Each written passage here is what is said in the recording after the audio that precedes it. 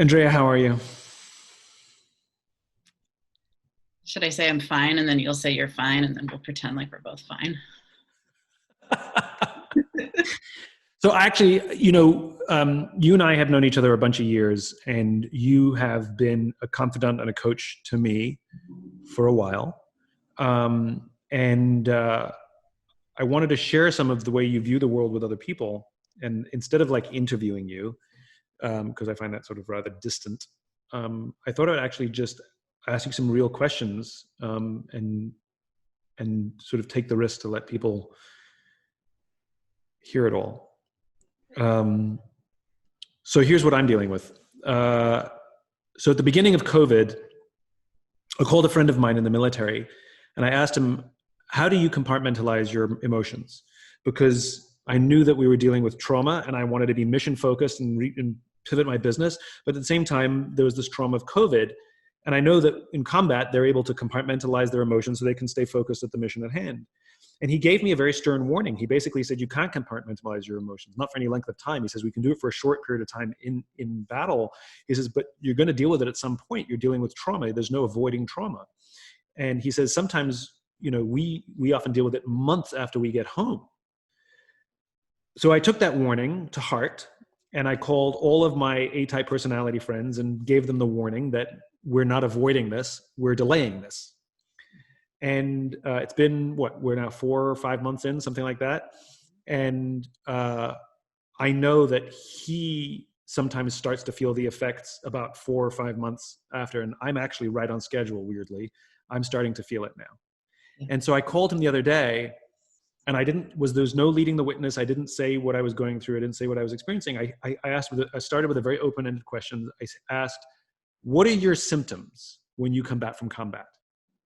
And he said one of his symptoms is that his sleep schedule gets disrupted. So he starts going to bed really late for no reason. And then in the morning doesn't want to get out of bed. And I'm like, check. And then he says he has one day where he's totally unproductive and unmotivated. And he says to himself, well, that's okay. I needed a break anyway. I needed to relax. But then he has another and another and another. And I'm like, check. And then he said, and he doesn't want to spend time talking to people, with people. And I was like, check. And I'm coming to terms with the fact that, 4 months in, I'm now starting to deal with it and I am not myself. And when other people ask me for advice, how to deal with this, I'm good at dispensing the advice. I'm not necessarily try to follow it. I am calling people, like you and I are having this conversation now, but I'm very curious, do I just have to sit in this? Can I expedite it? How do I manage it? Like, what is this and how do I get through it? Somebody asked me, are you depressed? And I don't know how to answer that question. Is that a clinical diagnosis? I'm off my game. So help me make sense of this. Sure. So let's start with, how are you? Like, how are you feeling? What are you feeling? Like I said, I know I'm not myself. Mm-hmm. I'm, motivation comes and goes, sometimes in a day,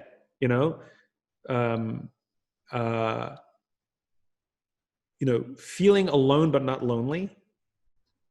What's the difference for you? So the difference for me is like, I thank goodness I have my family that has absolutely helped keep me sane, but I definitely notice the effects of being single. Like, and I've gone long periods being single before and it's just like, whatever, but now it's like, what am I supposed to do with this? Right. Right. I don't know even how to, and I'm not that motivated to go meet somebody either. Yeah. And it's really hard, complicated right now. Right. Okay. So one of the things that I noticed about how you just explained how you were feeling is you actually didn't tell me any feelings. You told me your behaviors. You did say one thing, that you weren't lonely. You were not one emotion. You weren't feeling that. And so, I think one of the first steps to understanding how we work with these things is to first be able to name it. So we have these like handy little sheets, because you're essentially learning a new language. Most of us as kids, like, we never really learned how to name our emotions or work with them or anything. Kids today are starting to learn that more as a part of, just sort of coming up in school and that sort of thing. But we didn't.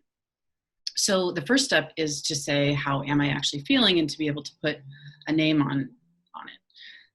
It takes practice. It doesn't happen right away really easily, but over time, if you keep doing the practice, you'll be able to say, how am I feeling? Well, I'm feeling sad, and I'm feeling scared, and I'm feeling lonely, and I'm feeling hopeful, and I'm feeling excited. And you can feel all of these things together. But the first step is to really know what it is.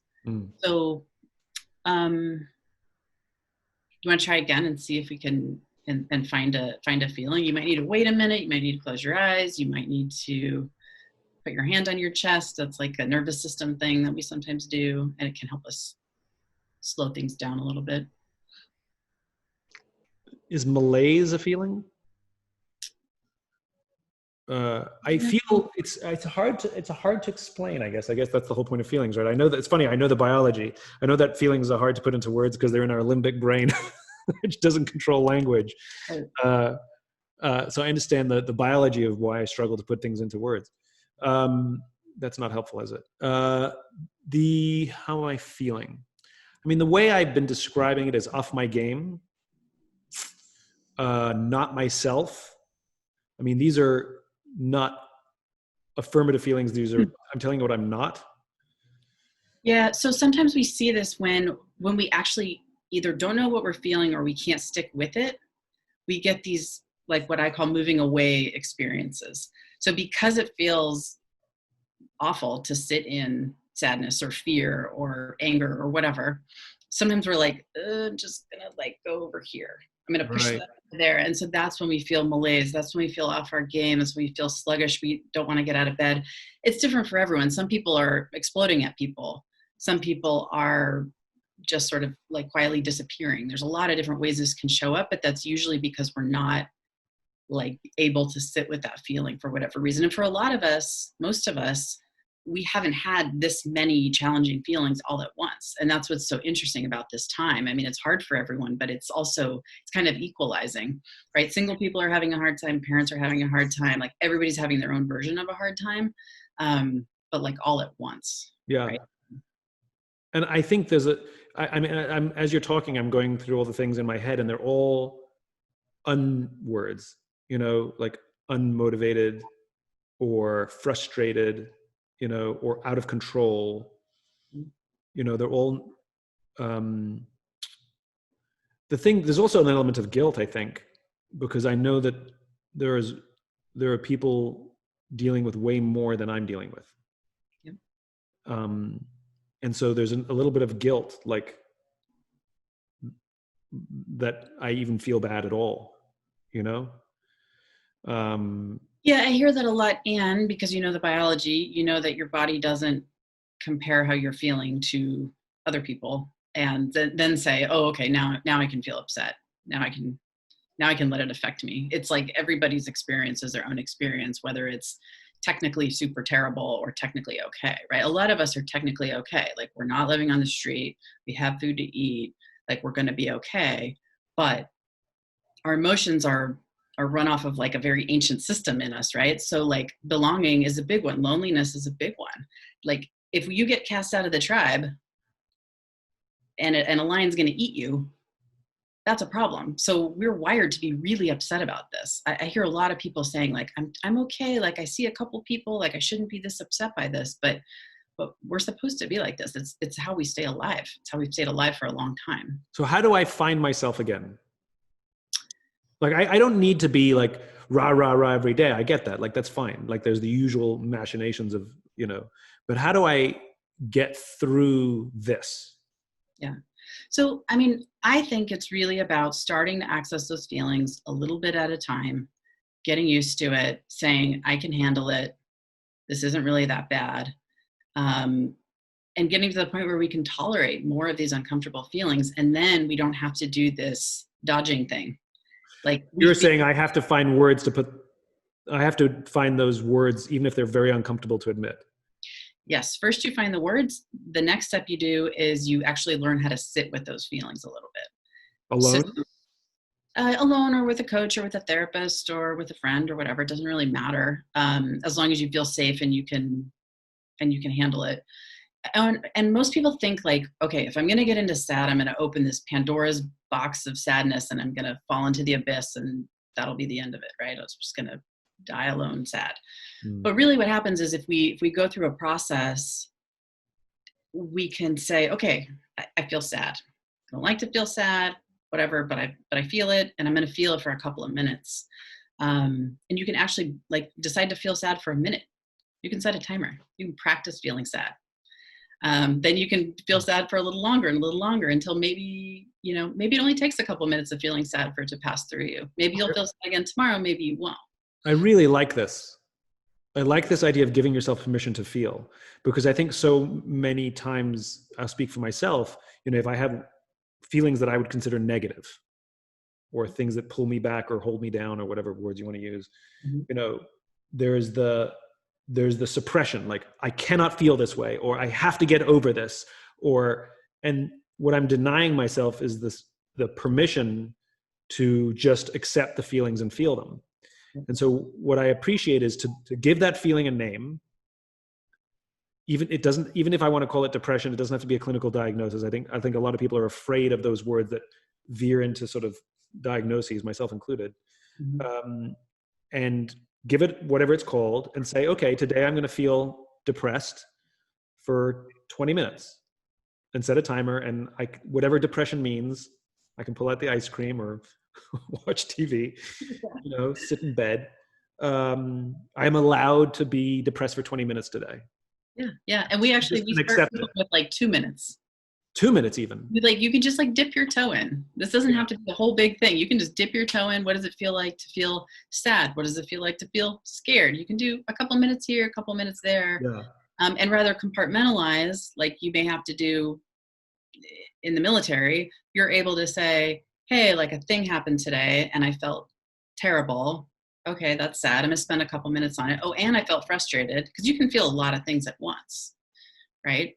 And so one thing that really occurs to me is like, you're the optimist guy. You're supposed to be positive. You're supposed to be hopeful. You're supposed to be all the positive emotions. So what happens when the optimist guy has challenging feelings and maybe isn't feeling super positive all the time? Like I would imagine you have a lot, maybe even more pressure than the average person to not show that you're feeling these things. Yes and no. I mean, optimism is a bias for me. It's a natural disposition, and so I am finding that when my friends are calling me and saying, like a friend called me the other day and said, she's struggling. I was my old self again. Like to be in service to me is the thing that I need the most. And I think one of the things that I'm struggling with is I have fewer opportunities to really be in service. And posting things on social media is not service, but to actually be there with people, for people, even if it's something as silly as just answering questions. When I do book club every week, I just answer people's questions. I'm so happy to be in service. And I think part of what is creating my feeling is I'm disconnected from the thing that brings me joy, which is service. And finding new ways to serve at a distance. And by the way, when I say at a distance, phone is fine. Right. But yeah. So I don't feel the pressure that I have to be optimistic all the time because I've got something to prove and it's my brand, because I don't want to fake it. I also pride myself on the fact that, there's an authenticity to all of it, that I am who I am, warts and all. Right. And if I'm always optimistic, that means it's an unrealistic thing for others to aim for. Which is, no one's that way all the time. Right. Well, what I found with I tend towards optimism too, and a lot of my clients do. What I found is that means we have less practice with those difficult emotions. So sometimes it's like, it's not that it's pressure, but like, that's just the way that we are. So then when we have this experience of being in a lot of difficult emotions, we're like, this isn't really like our realm. I don't really do sad. Like I'm just going to silver lining everything, which is fine sometimes, but like, I mean, you're good at being in service and being with people and how they're feeling. Like you clearly have a lot of practice at that, but I wonder how much practice you have for yourself in being with those things. The thing that I really appreciate about this is this idea of practicing emotions. which is, and it's not just the bad ones, but the good ones. Like for people who are in a bad place or who struggle with things like optimism, to practice happy. Today, I'm going to be happy for 2 minutes. Something good happened. I'm going to do happy for 2 minutes, or proud of something I completed. And I think that's really fantastic. I think that's such great advice, especially for people who, there's loss of income, there's jobs, all of these things that are happening to people, to practice good as well. For me to be okay with, unfamiliar emotions, I think it can be across the board. I just love this idea of practicing emotions no matter what they are. Yeah, absolutely. I have a client right now who's been working on joy, because he's really good at finding the problems, and he's built this incredible company because he can find all the problems and patch them up. And then now that we're saying, well, what's good and what's wonderful? And he's like, I don't know. And now that he's been searching for joy and practicing feeling joy, like he's finding it everywhere. So you're totally right. It's like, a lot of people come and they say, I don't do emotions, I'm not really good at them, or I feel comfortable in this zone. And it just means they haven't practiced. Some people get practice as kids from their parents. Some people get practice in school. Some of us never learned it. So we just have to learn it now. And it's not this mysterious thing. It's another skill that we practice, and it makes us great leaders, and it makes us great friends and partners and all the things. This is so good. Thank you, Andrea. Yeah, you're welcome. You're so good. I appreciate it. I'm going to call you afterwards and try and tell you some of these emotions. Yeah, I love that. I'll talk to you soon. Okay, take care. Bye.